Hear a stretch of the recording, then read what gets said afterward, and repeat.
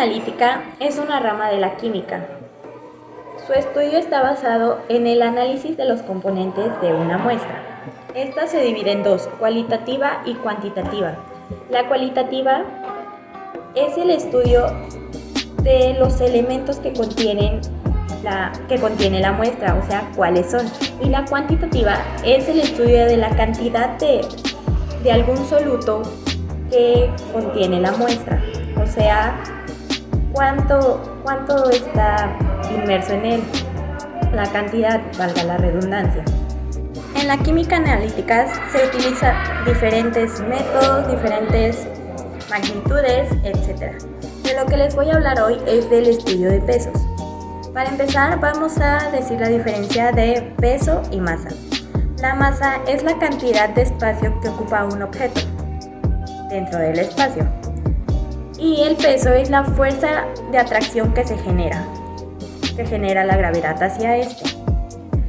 Un método de estudio que se utiliza para este estudio, valga la redundancia, es el estudio del método gravimétrico. Densidad. ¿Qué es la densidad? Es la relación entre el peso, masa de una sustancia y el volumen que ocupa esa misma sustancia. Entre las unidades de masa más comúnmente utilizadas están kilogramos sobre metros al cubo o gramos sobre centímetros al cubo para los sólidos y kilogramos sobre litro o gramos sobre mililitro para los líquidos y los gases. Cuando se hace referencia a la densidad de una sustancia, se describe su peso en relación a su tamaño. Tipos de densidad. Densidad o densidad absoluta es la relación entre la masa y el volumen de una sustancia, ya sea sólida, líquida o gaseosa. Se representa por la letra griega ρ, donde m es la masa de una sustancia y v es su volumen. Densidad relativa es la relación entre la densidad de una sustancia y la densidad de otra sustancia, donde ρ sustancia X es la densidad de la sustancia X y ρ sustancia Y es la densidad de la sustancia Y, respecto a la cual se calcula la densidad relativa de X.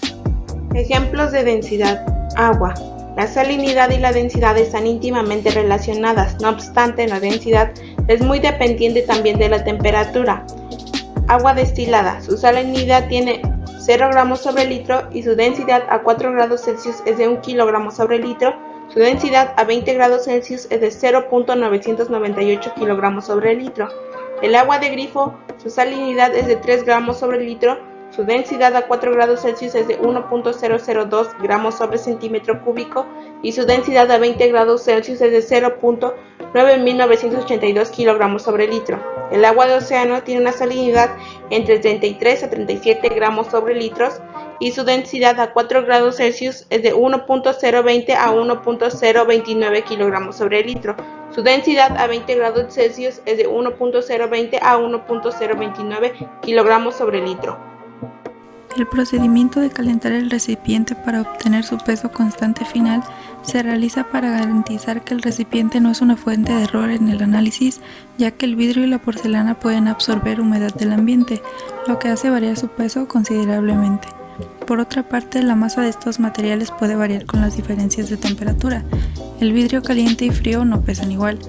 Una sugerencia para obtener peso constante fácilmente consiste en dejar enfriar en el desecador el mismo tiempo cada vez, a fin de mantener la misma temperatura al pesar.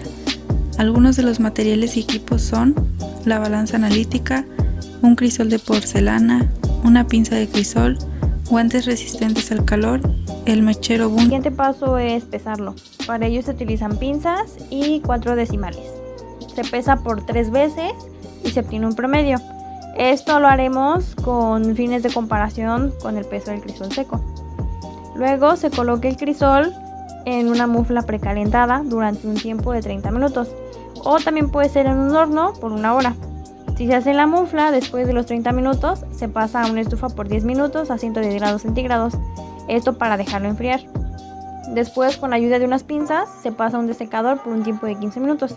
En el caso de que se haya hecho en un horno, transcurrida la hora se pasa directamente a lo que es el desecador. Luego de todo esto, se toma con las pinzas el crisol y se pasa a una balanza analítica. Igualmente se pesa 3 veces, se saca un promedio y esto con 4 cifras significativas. Después regresamos el crisol nuevamente a la mufla por 30 minutos. En el caso de que haya sido en el horno, igual se pasa por 30 minutos. E igualmente vamos a trasladar el crisol al desecador y dejar enfriar por 15 minutos. Después de esto vamos a volver a pesarlo de como se realizó anteriormente. 4 cifras, 3 veces y se saca el promedio. Todo este procedimiento se va a repetir hasta obtener un peso constante que no debe variar de 0,0005 gramos. Ya por último, se traslada los crisoles a un desecador y ahí se quedan hasta el momento de su utilización. Ahora yo les voy a hablar sobre el equilibrio químico. Bueno, siempre que hablamos de una reacción química, asumimos que los reactivos se convierten totalmente en productos. Sin embargo, la mayor parte de las veces, los reactivos no se convierten totalmente en productos, porque los productos se reúnen y comienzan de nuevo a formar reactivos. Cuando una reacción se desarrolla tanto hacia adelante como hacia atrás, se dice que es una reacción reversible. Una reacción reversible se desarrolla tanto en dirección hacia adelante como en dirección inversa. Esto significa que hay 2 velocidades de reacción. La velocidad de la reacción directa, es decir, la que va de izquierda a derecha, y la velocidad de reacción inversa. Cuando las moléculas comienzan a reaccionar, la velocidad de la reacción directa es más rápida que la velocidad de la reacción inversa, mientras que cuando se van acabando los reactivos, la velocidad de la reacción inversa se acelera y es más rápida que la velocidad de la reacción directa. Con el tiempo, las velocidades de las reacciones directa e inversa son iguales. Los reactivos forman productos con la misma frecuencia que los productos forman reactivos, y entonces se alcanza el equilibrio. Cuando una reacción alcanza el equilibrio químico, no hay más cambios en las concentraciones de los reactivos y productos, incluso cuando las velocidades con las que se forman los reactivos y los productos son iguales. Esto no significa que la reacción se detiene, sino que siguen formando los productos y los reactivos a la misma velocidad. Existen 2 tipos de equilibrio químico, uno homogéneo y otro heterogéneo. El equilibrio homogéneo es aquel en el cual los reactivos y productos se encuentran en estado gaseoso. Pero si los reactivos y los productos se encuentran en 2 o más estados físicos, entonces se dice que hay un equilibrio heterogéneo. Un ejemplo de equilibrio homogéneo puede ser la reacción entre el hidrógeno y el yodo para formar yoduro de hidrógeno.